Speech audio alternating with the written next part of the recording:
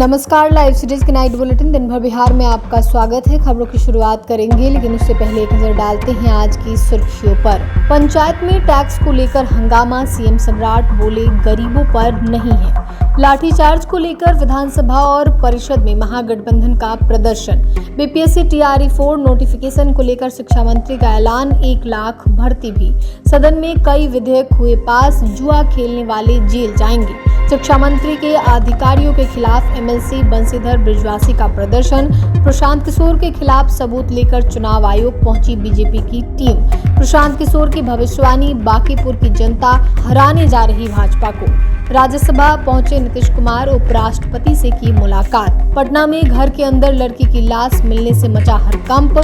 बिहार में बाढ़ से तबाही, कई जिलों में अलर्ट जारी। अब खबरें विस्तार से।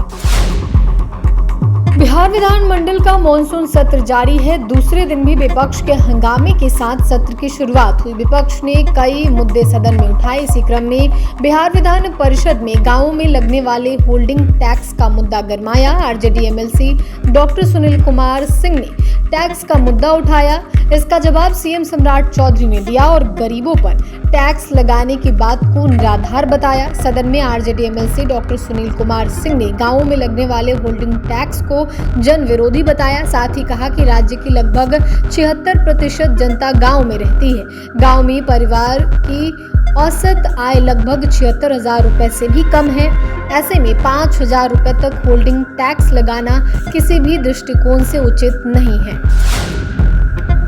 दिल्ली में सीजेपी और छात्र संगठनों के संसद मार्च के दौरान हुए लाठीचार्ज का मामला अब बिहार विधानमंडल, विधानसभा और विधान परिषद में गर्मा गया है। इस बर्बरता कार्रवाई के विरोध में बिहार के विपक्षी महागठबंधन आरजेडी और अन्य सहयोगी दल के विधायकों ने, बिहार विधान पार्षदों ने सदन के भीतर और बाहर पुरजोर प्रदर्शन व भारी हंगामा किया। सदन में महागठबंधन के नेताओं ने दिल्ली में छात्रों पर हुए लाठीचार्ज और आंसू गैस के इस्तेमाल को लेकर बिहार विधान परिषद और सभा में कार्यस्थगन प्रस्ताव लाकर चर्चा की मांग की। विपक्ष के विधायकों ने केंद्र की मोदी सरकार के खिलाफ नारेबाजी की और केंद्रीय शिक्षा मंत्री धर्मेंद्र प्रधान के तत्काल इस्तीफे की मांग को दोहराया। वहीं विपक्ष विधानसभा के गेट से लेकर मुख्य पोर्टिको तक पैदल मार्च किया। विपक्ष के विधायकों ने सरकार के खिलाफ नारे लगाए। वहीं आरजेडी विधायक राहुल शर्मा बोले कि दिल्ली में छात्रों को बेरहमी से पीटा गया। ये संवेदनशील सरकार अपने मंत्री से सवाल नहीं करती, छात्रों को मारती है।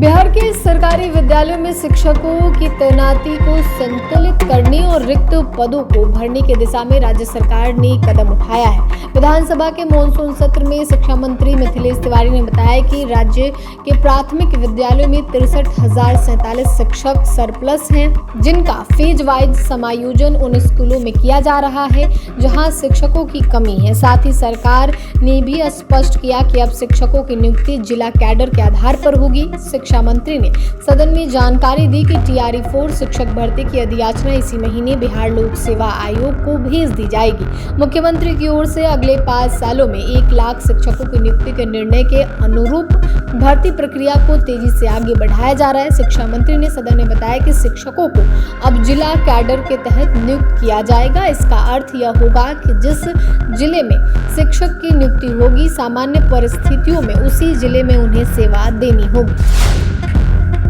बिहार विधानसभा में बिहार जुआ प्रतिषेध विधेयक 2026 को ध्वनि मत से पारित कर दिया गया। सदन में इस विधेयक को पेश करते हुए उप मुख्यमंत्री विजय कुमार चौधरी ने कहा कि बदलते समय और तकनीक के अनुरूप राज्य में जुए पर प्रभावी रोक लगाने के लिए नए कानून की आवश्यकता थी। विधेयक पर चर्चा के दौरान उप मुख्यमंत्री ने कहा, अब तक राज्य में 1867 में बंगाल जुआ अधिनियम के प्रावधान लागू थे। उस समय जुए का स्वरूप मुख्य रूप से ताश, पासा और पारंपरिक तरीकों से तक सीमित था, लेकिन समय के साथ सूचना प्रौद्योगिकी और डिजिटल प्लेटफॉर्म के विस्तार ने जुए के स्वरूप को पूरी तरीके से बदल दिया। ऑनलाइन ऐप, वेबसाइट और अन्य डिजिटल माध्यमों से बड़े पैमाने पर जुआ खेला जा रहा है, जिसे पुराने कानून के तहत प्रभावी ढंग से नियंत्रित करना संभव नहीं है। उन्होंने कहा कि नए विधेयक केवल जुआ खेलने वालों तक सीमित नहीं है, बल्कि उन लोगों और संस्थानों पर भी इसके दायरे में लाया जाएगा जो जुआ संचालित करते हैं।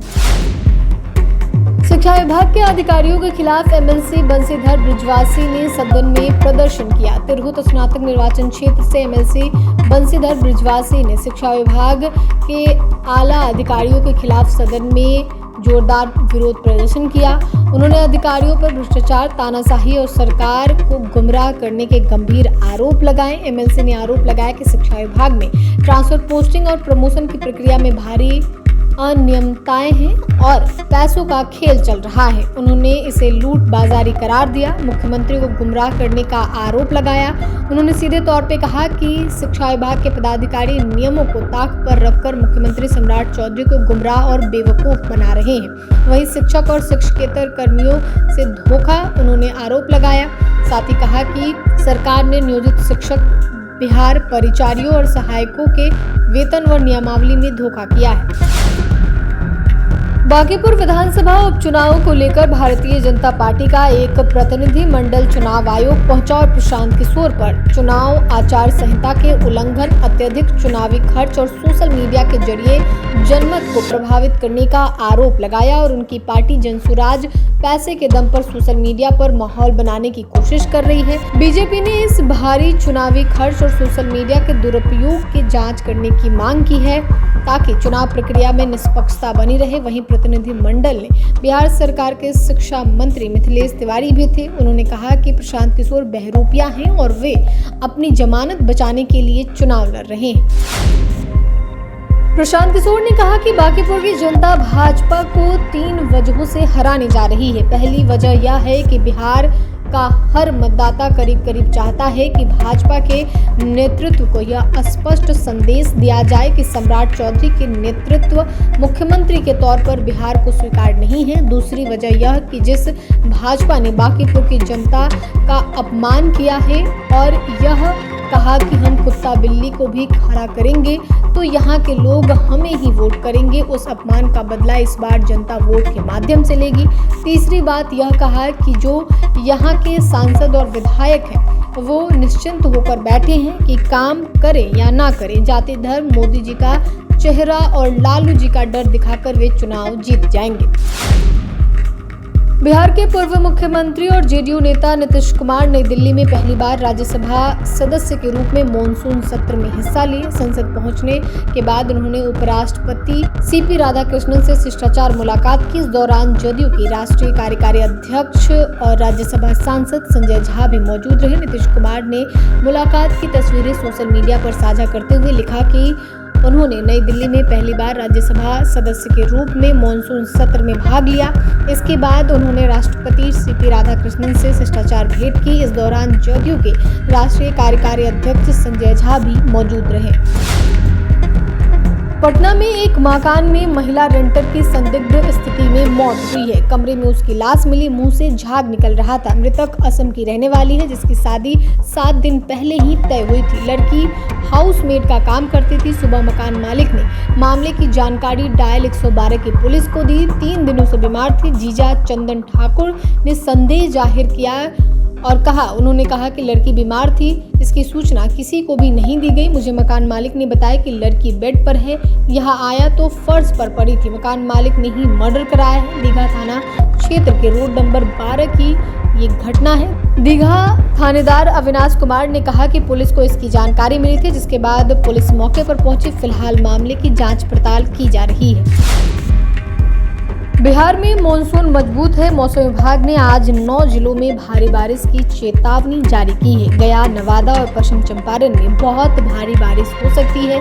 इसके अलावा पटना, नालंदा, वैशाली में भी तेज बारिश की संभावना है। राज्य के बाकी जिलों में बादल छाए रहेंगे। इन जिलों में 30 से 40 किलोमीटर प्रति घंटे की रफ्तार से हवा चल सकती है। विभाग की ओर से आकाशीय बिजली गिरने को लेकर विशेष चेतावनी दी गई है। तापमान में 2 से 3 डिग्री की गिरावट दर्ज की जा सकती है। वहीं नेपाल के तराई इलाके में लगातार बारिश से सुपौल में कोसी उफान पर है। कोसी बराज से मंगलवार की सुबह 2,03,265 क्यूसेक पानी छोड़ा गया। मौसम विभाग के अनुसार मॉनसून फिलहाल पूरी तरह सक्रिय स्थिति में है। इसकी वजह से बिहार के अलग अलग हिस्सों में लगातार बारिश का दौर बना रहेगा।